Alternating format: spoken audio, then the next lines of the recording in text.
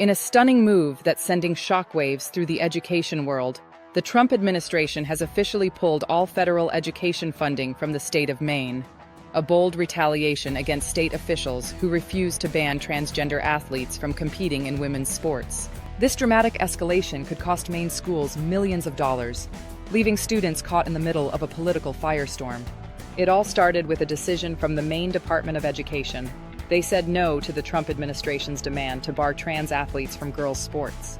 Maine's Assistant Attorney General made it clear, Title IX doesn't prohibit transgender girls from competing.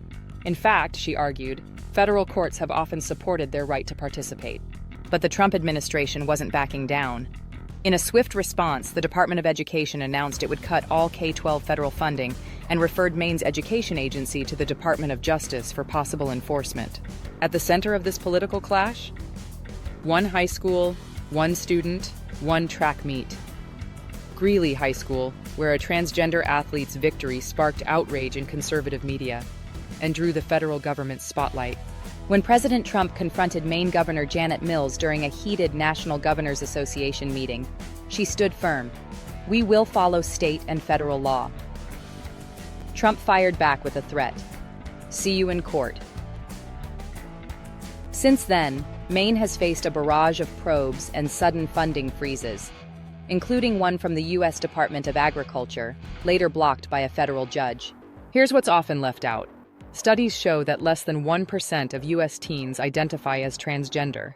The number of trans athletes is incredibly small, yet they've become a major flashpoint in the culture war. Trump, back in office, is making good on a key campaign promise to roll back what he calls gender ideology. Since his return, he's banned transgender individuals from the military and restricted access to trans healthcare for minors. The administration's message to Maine and every other state is clear: comply or face consequences.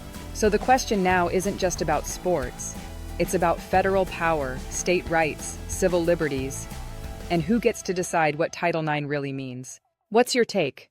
Should the federal government be able to pull education funding over this issue? Let us know in the comments.